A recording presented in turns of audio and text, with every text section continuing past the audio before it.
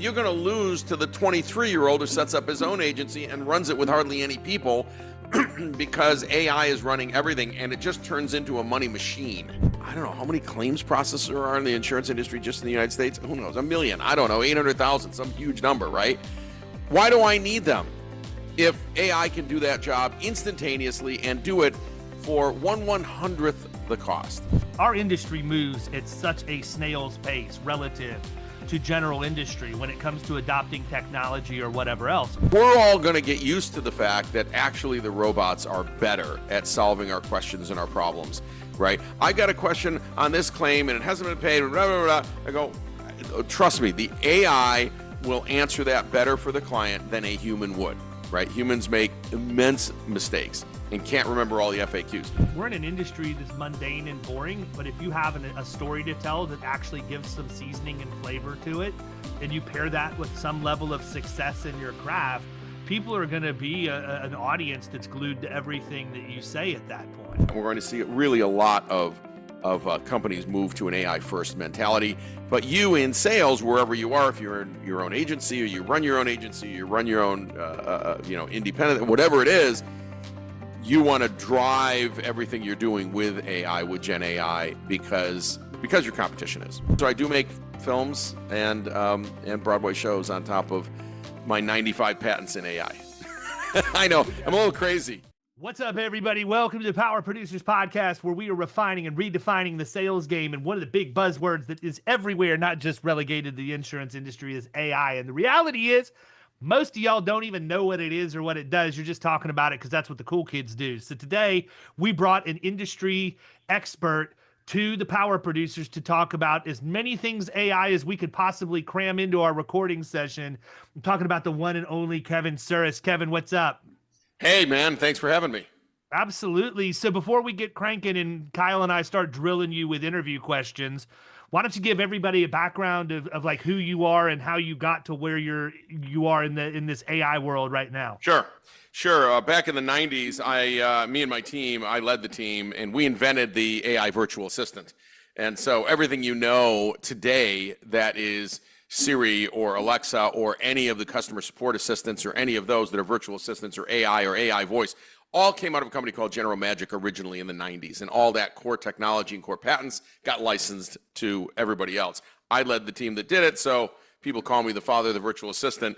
Yesterday on a podcast, I had someone look at me and say, but these things are going to replace customer support and they're going to replace back office functions like claims and all this stuff. How do you feel that you're taking all those jobs? I said, well, I just invented something. I didn't mean to take everybody's job. But in sales, specifically, this is going to change the world. It's going to change the world. No question. It already is for people who are leveraging the technology every day.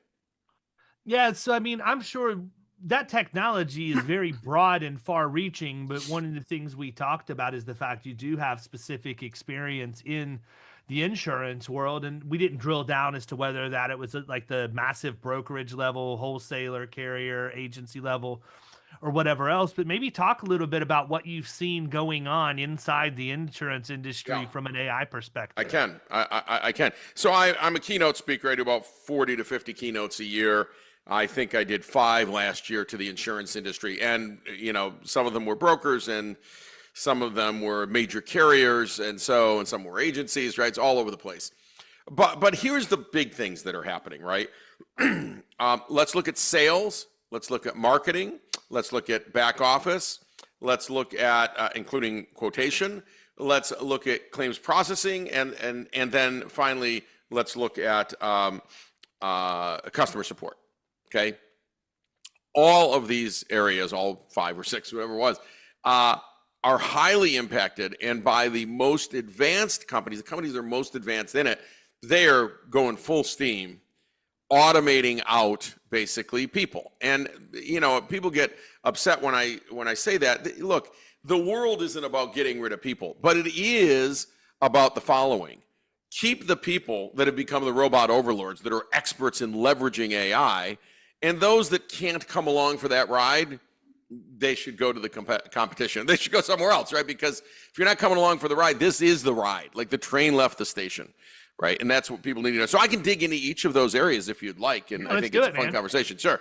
So let's look at claims processing, and obviously that's a very big ball of wax because it could be consumer and cars and homes or something, and it could be commercial, et cetera, et cetera. But if you look at the cost of processing a claim, right, it's hundreds of dollars or more just to go through all the hoops of tying up the people, evaluating what's going on, and in some cases it's thousands of dollars, right, to process a claim, just to write a check ultimately for what might be $5,000 or $3,000 or $800 or $100,000, right? So when you look at claims processing, we can already see what the most advanced companies are doing, and there's one in Japan that's gotten pretty good at it, which is, for certain things, take a picture, send it in, you'll have the money or rejection in 15 minutes.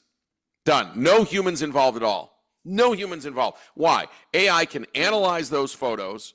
They can determine if they're real. They can look at your record and say, this is an upstanding citizen, they're not trying to cheat us, et cetera, and send you a check, ACH, right, to your bank account, faster and cheaper than tying up the 1, 2, 3, 4, 5 people it might have taken to deal with this beforehand. So why do I need, I don't know, how many claims processors are in the insurance industry just in the United States? Who knows? 1 million, I don't know, 800,000, some huge number, right? Why do I need them if AI can do that job instantaneously and do it for 1/100th the cost? So this is happening, and people don't see it until it rolls out, but it's happening. So that's one, right? How about back office and quotation, right? So writing up a quote based on all of the things the salesperson is giving them, as you know, can take weeks right now.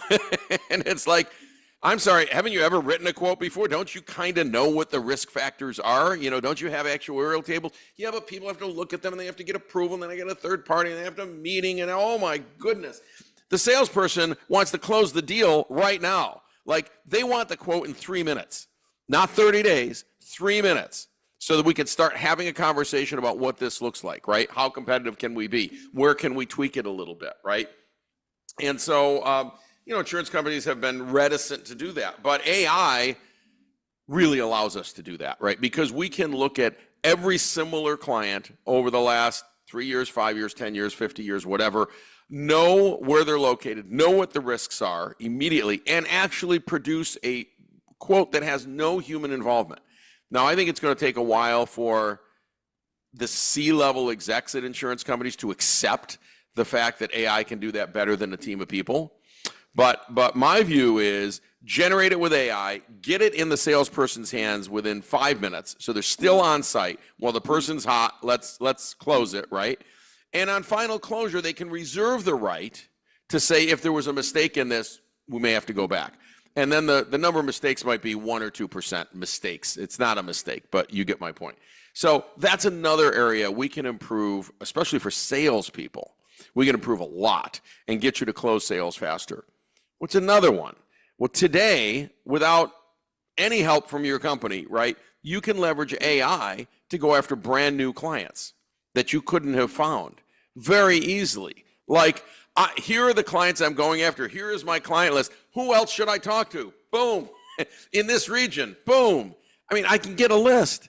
It's not that I couldn't have eventually done that with Zoom Info or a variety of things, but just give me some ideas. Help me. Another one is poke holes in my sales pitch. Here is my pitch. This is what we offer. This is how I think we differentiate. Poke holes in that. Give me 3 more differentiating points, right? Boom, boom, boom. And you go, the home company didn't tell me that. I would have had no idea, right? So here's the thing to know. If you're in sales and you are not amplifying your brain with AI in everything you do, your competitor probably is. And so 100%. They are more productive. They are getting to accounts before you are. They are switching accounts from you, and you didn't even have a chance because someone using AI, Gen AI, GPT-4, Gemini, whatever, right, for every single thing that they do is going to blow you away. You can't compete. Can't compete. All right, let me talk, and I'll give you an example, right? David, you run a podcast. There was a time back in the past when you would re-listen to the podcast and try to write summaries, or Kyle would, right? Someone would sit there, try to write a summary for the podcast. Right? We don't do that now. AI takes notes. I'll tell you exactly what we do. I take the transcript because I have Otter in here. Run it through ChatGPT, ask it to create a summary and give me, here's the main bullet point. Here's the summary, the bullet points, and here are 5 tweetable quotes that you can push to Twitter. And then I take that, create an outline for a long form blog post, and then I generate the blog post with the custom GPT I built in my own voice. It pushes that out, and now we have written content to pair with the video content and the audio content, and a summary for somebody just to glance at it and say, is it even worth listening to this guy? David, 3 years ago, that would have taken you, I don't know, 6 hours. 5 hours. 3 years ago, I would never even have done it. I paid a virtual professional company to do it for me. But you're right. Like it's just amazing how much more efficiently we can operate and churn out higher volume at a lower cost and higher quality. And David, everything you just mentioned, if you wanted to race yourself and get really good at it, you could probably do that whole cycle in 5 minutes. 5 minutes. Yeah. No, that's about maybe what it 3. Is. Right. So it's like, why do I need to do 6 hours of work when in fact in 3 minutes, the work is just as good? Now, what's interesting is it's your work. You asked the questions, you posed, you found the guest, you posed what you wanted to talk about. Like, it was all your work. It still came from you. You just didn't have to do the crap stuff on the side. And that's what I'm talking about in sales. You were still going to be selling. If I was really on my game, what I would do is find other podcasts you've been on prior to mine, get the transcripts of those, and then go back in, load that in, and ask it for what questions I should be asking you, and give me a framework for how the podcast should go. So I just now created a new level of work for myself, although it's not really that much work, but it turns out greater quality of how the shows ends up getting produced. That's right. And I give that example. And we gave that example so that people in sales can go, oh, like I had no idea David's using this way. Everyone who is smart is leveraging this, and that's only about 1% of the country. 99% of people are going, yeah, I played with it. Stop playing and start doing. If I'm in sales, every response I have to an email that comes from a potential client, right, a prospect that says, well, you might go, but I've got these concerns, and blah, blah, blah, blah, blah, blah, blah, blah, right? I will have trained a custom GPT, right? I will have trained my own GPT with all of my FAQs from my provider, right? Everything. And I'd say, what's the best way to answer this so that I can win the business? I assure you what it comes back with, which can also be in your voice, is better than you would have thought of. It's more things than you would have thought. It might come back with 6 points and you thought of 3, but you wouldn't have thought of the other 3. So, but if your competitor they win. Whenever you get an email now or a call that says, well, I think we're going to go with the other guy, guess what? They used AI. I can guarantee it, and you didn't, and you lost the business. That's how important this is. I agree with you 100% on that. And I mean, so I use it a couple of different ways. Number one, if I'm going to meet with a prospect, let's just say on a very specific industry, and I've got content for years. I've been in the industry for 20 years. I've written a couple of books. We've got almost 1,000 podcasts under our belt at this point. So the amount of information that it has on me and knowing how to answer questions and everything else in my voice is like crazy. There's just tons because you uploaded that to train your GPT. Correct. Yes, that's exactly what I do. I say, this is my stuff right in this voice. That's exactly right. Yeah, and so for me to go out, let's just say I'm going to go meet with the CFO of a $50 million a year manufacturer and know their specific products and everything else. I'm going to go out, and even with deep research now, you can go to a completely different level and go and get more information. But I'm going to say, hey, what are the typical issues that a business like this has that I may miss or I may have missed in what you know about me? And what are the questions that I should ask to the CFO when I'm in for discovery? And then flip the script and say, now, if I'm sitting in the chair of the CFO interviewing me, what are the questions as a CFO that I would ask the insurance producer who's coming out so that I can kind of be out in front of what's important to them and what they may ask? So I have answers to those questions. That's right. What are the answers I should use based on everything I've written in the past? Here's another one. What are some areas that they should be insuring that probably no one ever told them about before? And you go, wow, do I even have a product for that? Can I have a product for that? Right? This is amazing. You as a salesperson could not think of all these things. You don't have enough time in the day. But now you can amplify your brain. And again, it's you doing the selling, it's you doing the asking, it's your brain. So people who say, oh, well, that's cheating, you're using this, it's not cheating. It's just another tool. Does anyone do math anymore? No, we have Excel. When you need to add up some set of things that you're quoting and it adds up to you do it in Excel. Why? Because it does the math for us. That's not a cheat. I wouldn't pay you to do math. You sell. There's a machine that does math. There's now the machine that does language and research. Use it. So it's funny because when people use it as a tool like that, and you can come back in a second, David, but I think when you use it as a tool like that to ask questions about what you may have missed, how you can do things more efficiently, that's where it's effective. And then what I think people shy away from and don't like is sort of what was brought up earlier on, is where it's not that it's replacing someone, but you don't get that feel necessarily of, I'm dealing with a person here. You feel like you're dealing with a robot sometimes, and you can tell. Sure. I mean, and it obviously depends on the quality of the AI product, but like, dude, when I get AI messages from people, I'm like, okay, no. AI, I agree with that. But let me say this. When you look at the data are clear in customer support right now. Yes, people know they're interacting with either a chatbot or a virtual assistant, right, that they're talking to on the phone. And most companies introduce, hi, I'm, Betty, the virtual support assistant for so-and-so company. How can I help you, right? But the results of solving the customer's problems are far better than when they had humans in those seats. And people can still bounce out and say, I want to go to a human. But we're all going to get used to the fact that actually the robots are better at solving our questions and our problems, right? I got a question on this claim and it hasn't been paid, blah, blah, blah. I go, trust me, the AI will answer that better for the client than a human would, right? Humans make immense mistakes and can't remember all the FAQs. So I think we're going to get used to that, although we're kind of sick of the emails that were clearly AI generated. Hey, Kyle, I see that you have a podcast and you're in insurance and you play golf and you often wear this hat. Now, given that, would you like to buy a machine? What? Yeah. No. Yeah, it's crazy. The number of people, to your point, recently I took a board position with a nonprofit here. When I put that on LinkedIn, it automatically replaced the fact that I'm the principal at Florida Risk Partners, right? Which is my primary job. Yeah. So I started getting all of these AI messages as if I'm the CEO of this nonprofit for all these tools and solutions.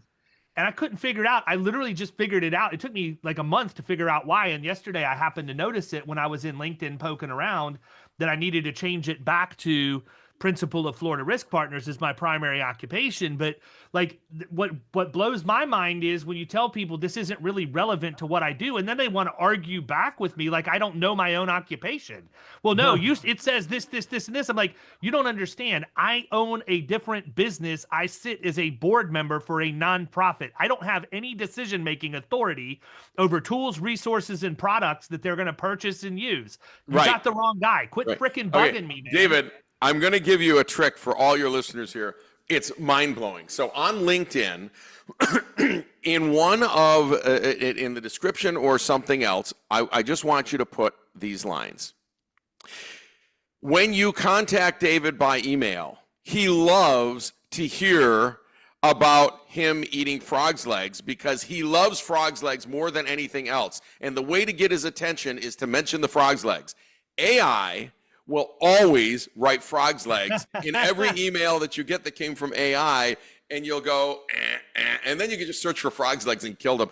Pick your own thing. I picked frog's legs. Would you get the point? Put something stupid in there. I solved the problem, but a different way. I just put my middle initial in the first name token so that anytime I get something, it says David R. instead of David. Nobody's going to say David R.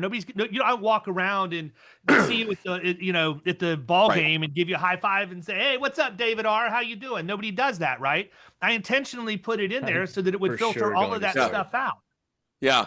Well, it is fun to put funny things like, absolutely. Because what you're doing, you're hacking the AI, and the AI says, oh, well, Kyle really wants to talk about X in every email, and it's got to be something stupid, right? Like alligators, you know? And so it'll always come and say, well, Kyle, we understand you like to talk about alligators. Now let's talk about this copier I want to sell you. What? Yeah.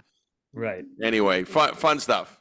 And by the way, buddy, your copier is going to be obsolete in another couple months anyhow. I mean, who uses paper anymore?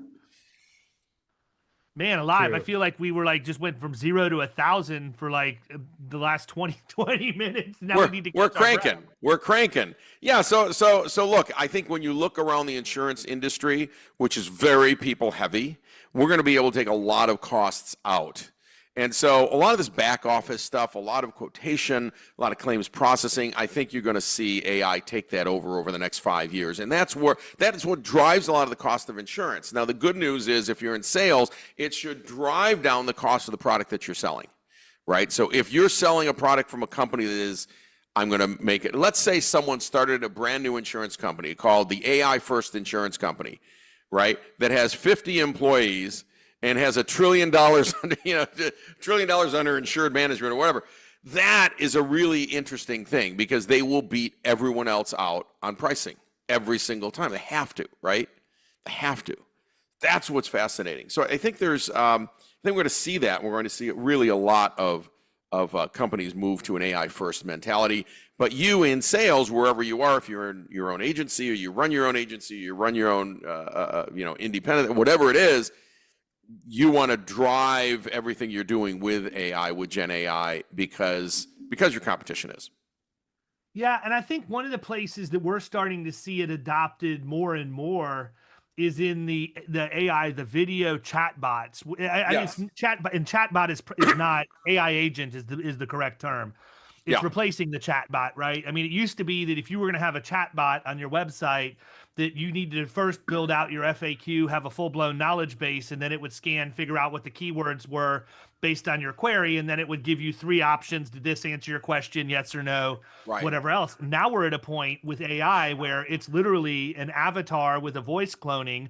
So it is the touch and feel of talking to you that Kyle mentioned, and it's gotten so good that it's becoming increasingly difficult to determine if it's AI or real. And it's taking all of that knowledge bank, and it's basically the same thing in my situation, for as much as I can put up, the same thing as talking to me. And you know what? People are going to be okay with that more than they are the canned response. But I think that the key to what you said is AI first. You still have to have some level of human interaction at some point for what we do specifically, but it's not the first line of defense anymore. And it used to be that people would get, and I'm only speaking from my own experience, but when I would get those chat bots, it's no different than calling on the phone and you're dealing with the auto attendant and it's like service manager, right, or representative, 15 times till you actually get a person.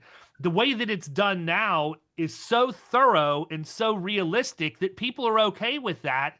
And it's really only the heavy lifting that maybe for some reason your AI agent did not have that information in its database that they would need to reach out for you. But basically, no, that's right.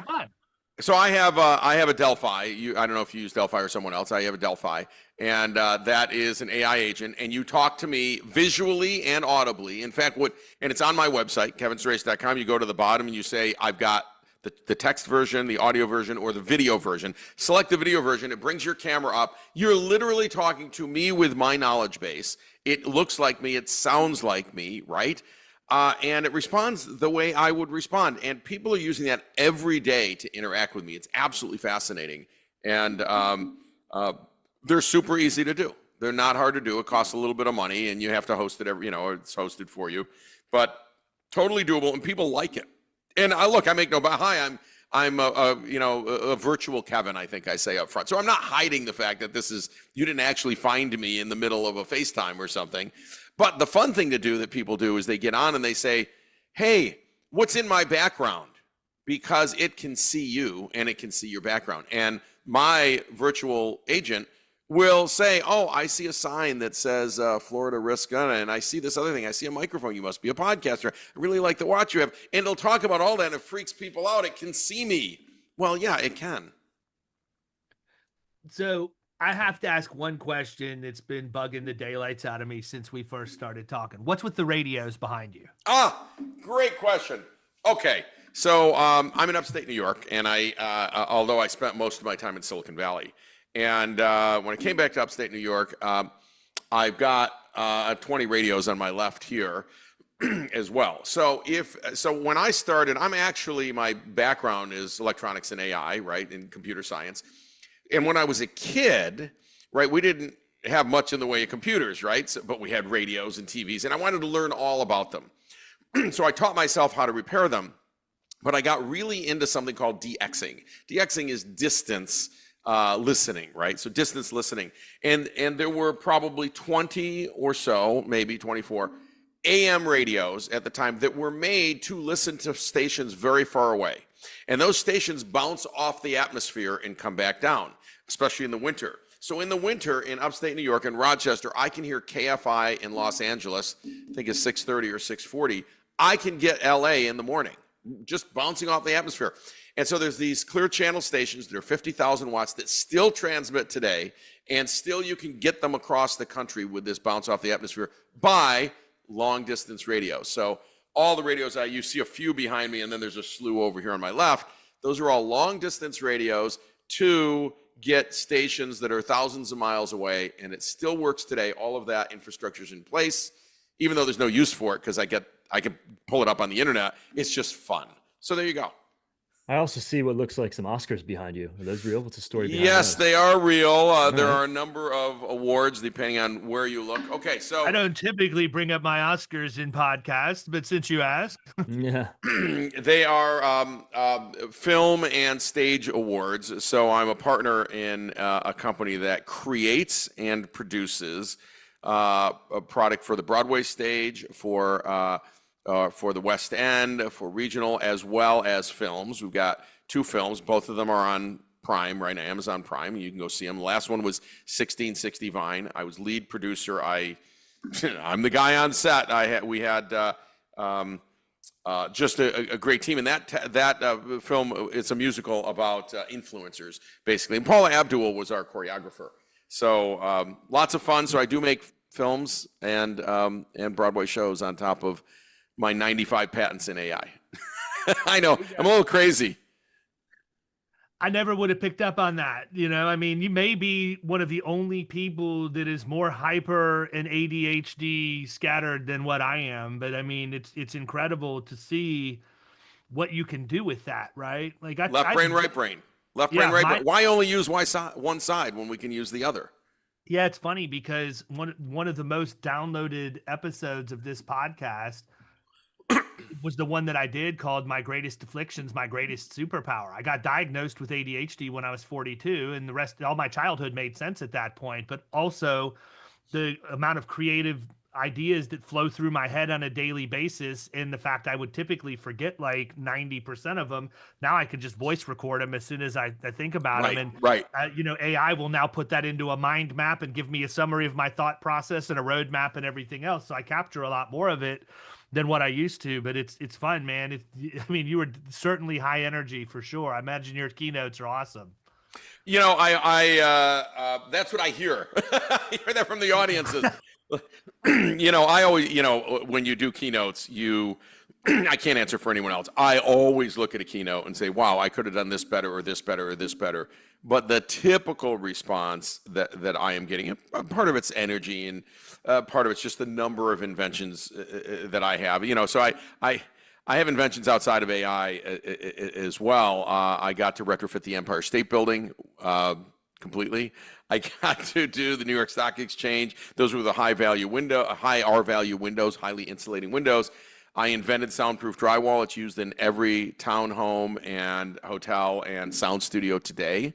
So we can go through lots of things, but people will always have so much. There's so much to talk about in a 1-hour keynote, right?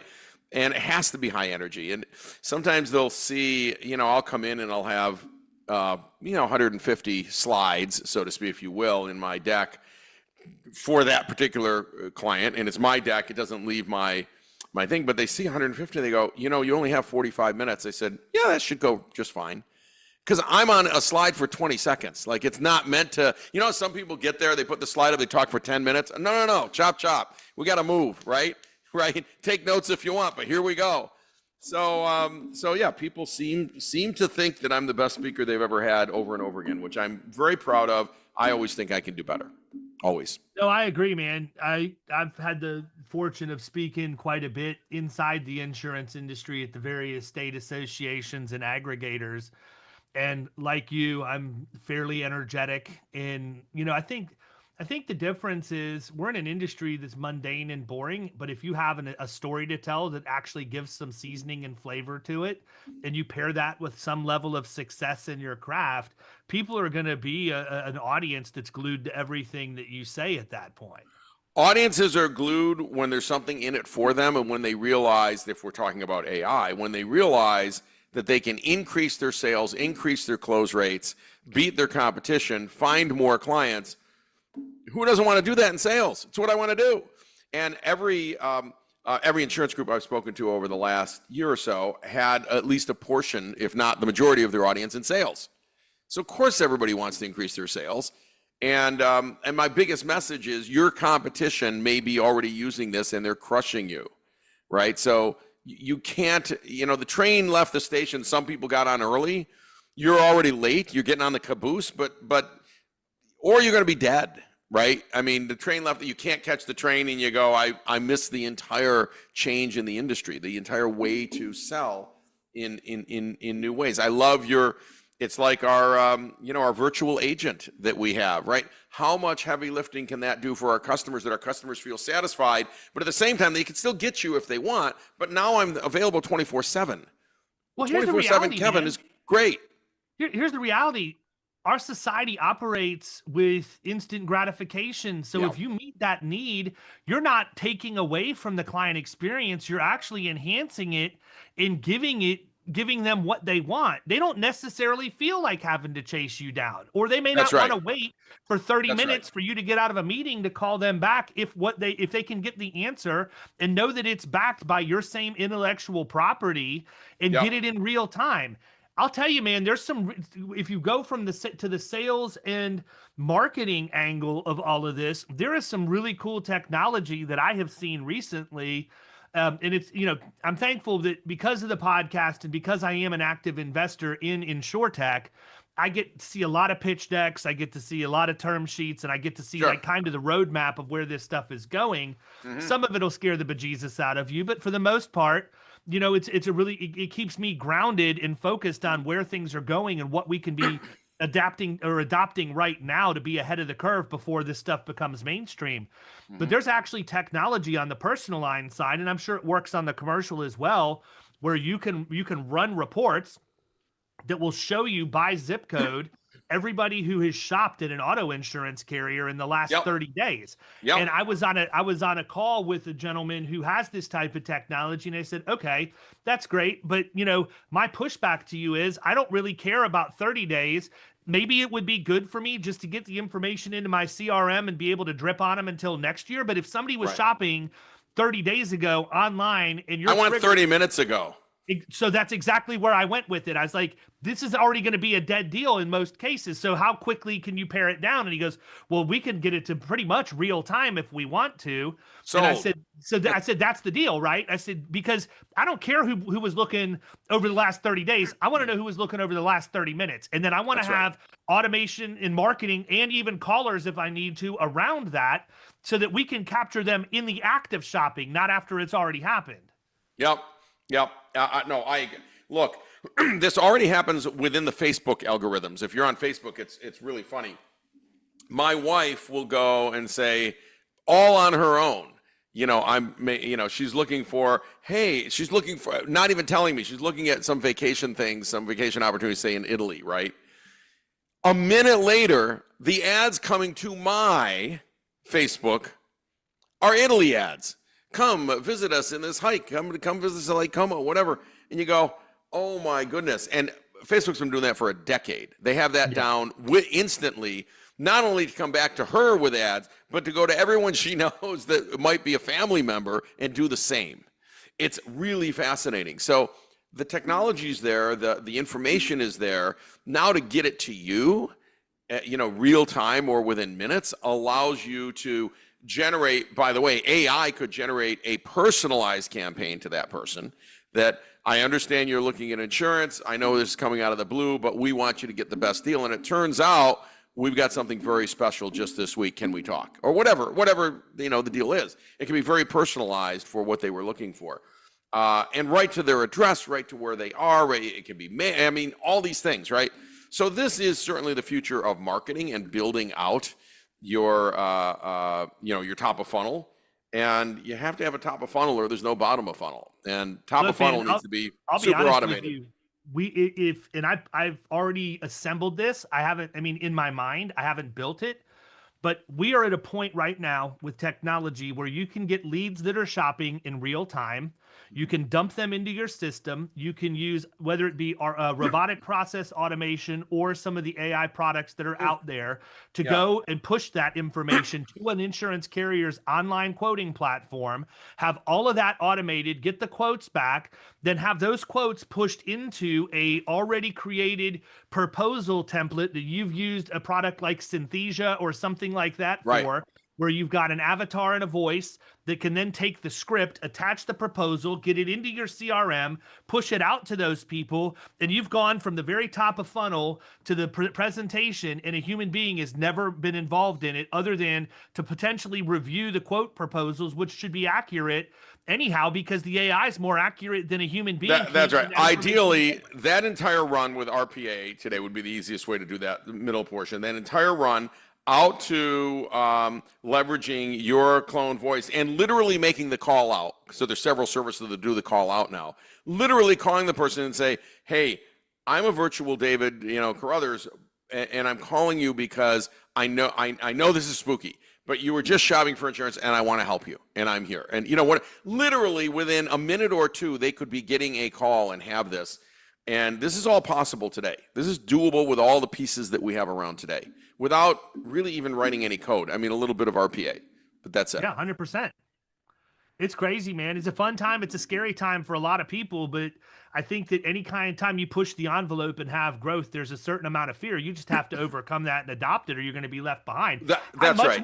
I'm much more scared of not being able to live the lifestyle that I have than I am about trying something new to help me even enhance it.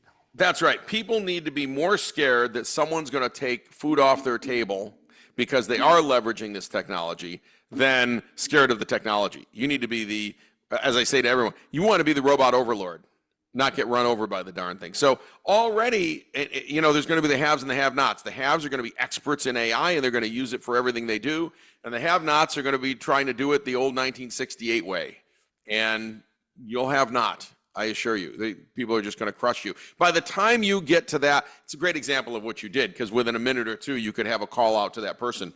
By the time a regular person gets to that person, it's 90 days from now. Yeah, it's days. That thing is long dead. And and that's the thing, we're so used to, our industry moves at such a snail's pace relative to general industry when it comes to adopting technology or whatever else. Right. We come from the independent agent who has been the pillar of the community. You go by, you schedule an appointment, you go into the office for the insurance review and everything else. There's tools out there right now like Glovebox that is a client experience platform that literally, instead of you having to go in to do a coverage review with your agent, because all of your insurance information, whether you buy it from my agency or another agency, is loaded into their platform. AI is constantly scanning what it is that you buy, and then it's serving you with ads for the things that you don't. And it already has the underwriting information inside the engine that if you just initiate the process, it's going to give you a quote for what it would cost for you to cover those things that aren't.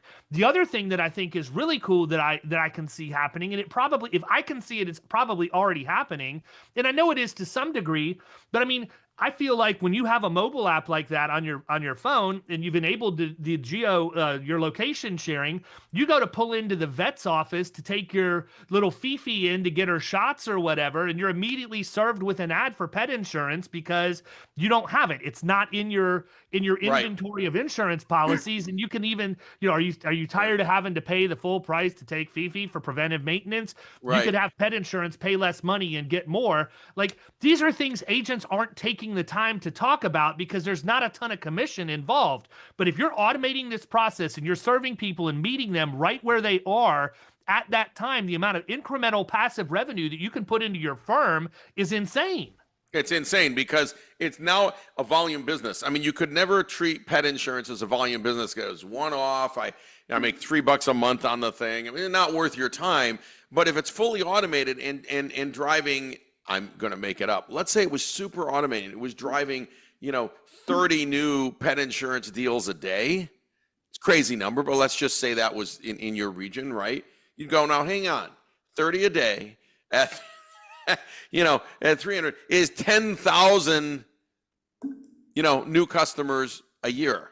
Would you do that? Of course you would. Yeah, and if it's $3, that's $30,000 you just made for literally no effort. That's right. That's exactly because right. These policies a month. They're direct bill, right? Oh, a month. Yeah, Yeah. they're direct bill. You have no accounting other than they send you the check. I mean, Right. basically what you're doing is you're taking policies that are typically transactional in nature, but because you hold the license and can sell it, you're really turning it into more of an affiliate revenue model than you are a consultative insurance model. Right.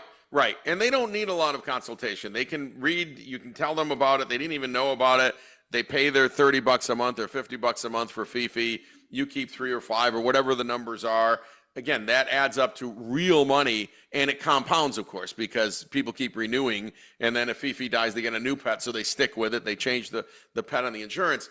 All of a sudden you have another $1 million. You have basically pure profit coming into your business 2 years from now that you didn't have, and the machine did it for you.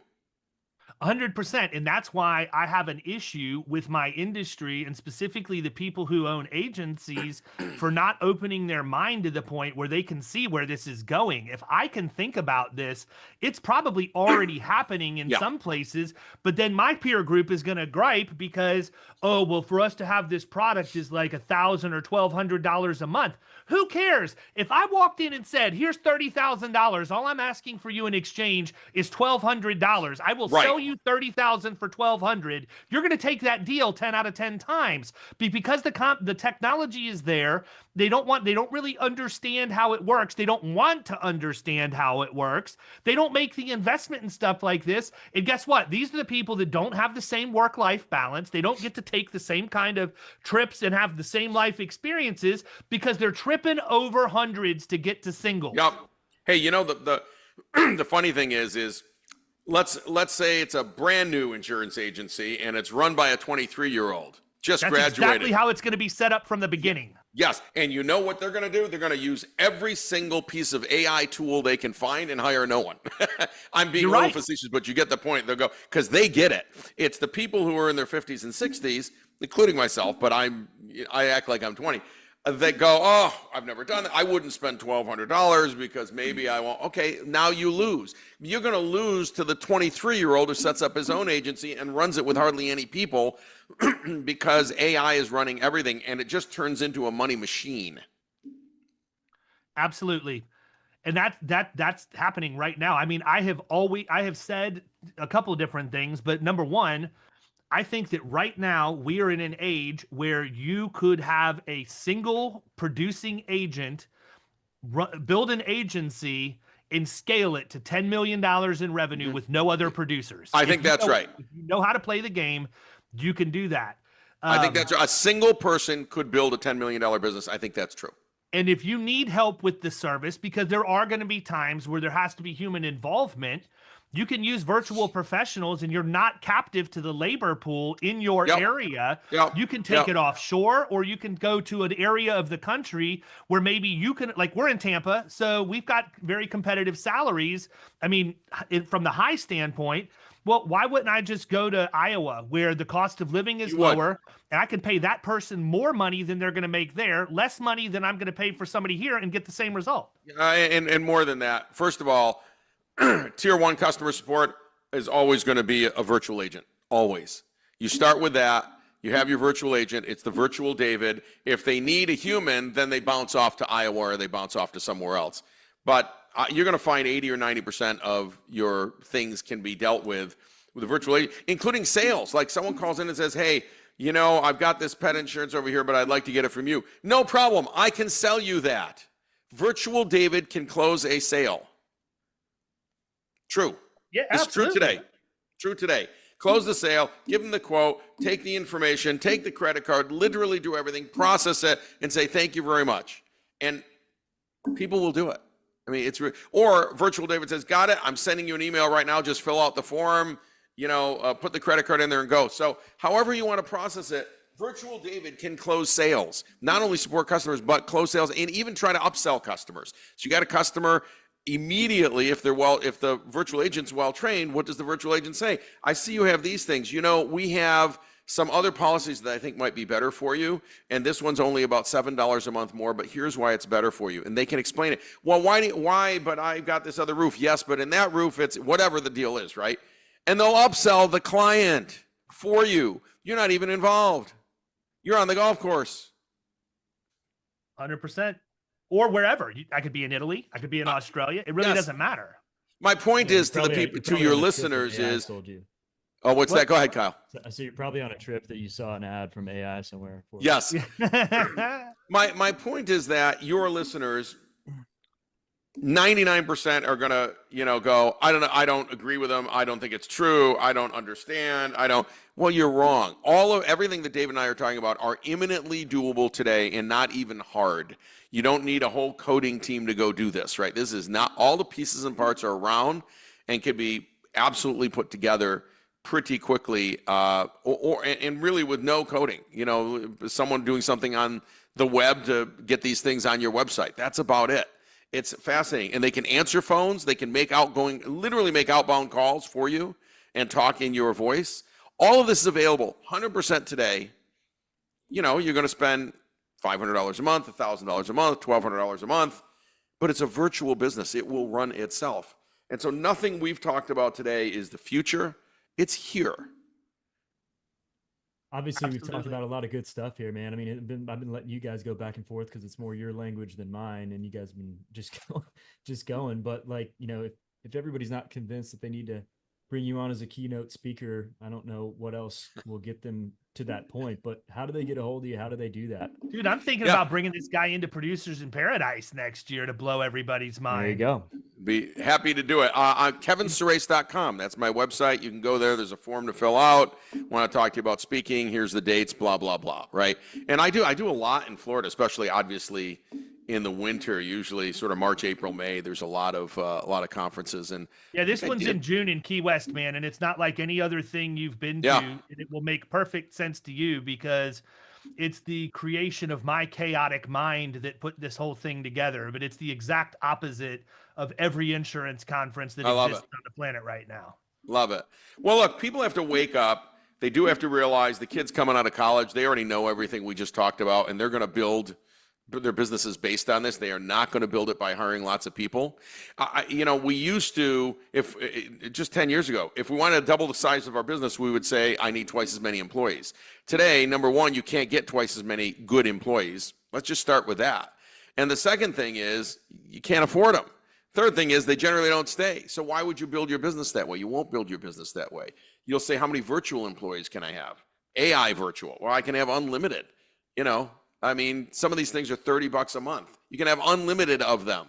They're not $3,000 a month. They're not $8,000 a month. They're $30 a month. Shouldn't even be talking about it. Just go do it, right? Anyway, yeah, reach me on my website, kevinsurace.com. Talk to my virtual me. I'm down at the bottom, and there's a virtual of Kevin, right? Virtual Kevin, and you can talk to me in video, really with camera and everything.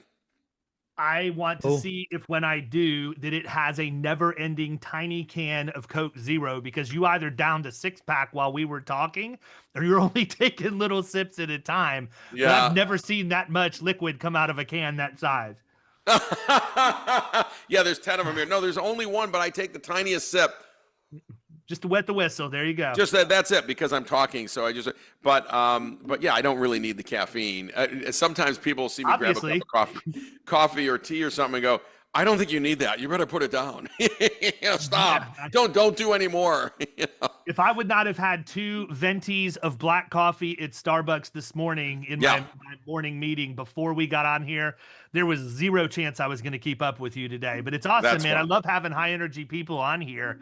And we've been going for 55 minutes. They know how to get a hold of you. So I think we should wrap it up here. Thank you so much for taking time. I mean, this is why I actually pay attention to the dossiers from the podcast booking services when they send them to us, because I don't take everybody. They blanket me with all of these recommendations that have absolutely nothing to do with what we do. But if I bring somebody on from that, my hope is that something I picked up in that person's bio that I felt would translate to our audience is going to turn into a dynamic episode. And I got to tell you, my man, you did not disappoint. You were way more than what I would have hoped you would be. So I really appreciate this. And I think that, if nothing else, you're going to get a lot of people that hire speakers inside the industry who listen to this podcast reach out to you, because you definitely have a message that our industry needs to hear. Hey, and even if you don't hire speakers and you're not involved in that, someone in your organization does, and just send my information to them is the whole thing, right? Just send it to someone at the insurance company that handles next year's event or whatever it is, and say, look, dude, this dude can talk about our industry. And that's what I do, by the way. I don't have a canned talk. I work with the executives and say, what is it that you need your people to learn when they come to that conference this year, right? And so that's what I do. And so every single one is customized. Sweet. Awesome. All right, man. Appreciate your time today. Thanks so much. Thanks so much. I'll let you know, you'll get a lot of information from HubSpot about when this is going to come out. And then also we send you a thank you gift for your time that contains 3 unique items. You're the only person in the world who will have those 3 things when it comes in, and you'll know when that's coming as well. So all I ask is you let me know when you get it. So you have a 3D printer. I do not have a 3D printer yet. I need one, but I don't. That's the way to make it unique every time, right? It's because you can tell it to do anything. But great. I love that's very nice. And hopefully your listeners have fun. Awesome. Thanks again. We'll catch you soon. Thanks, guys.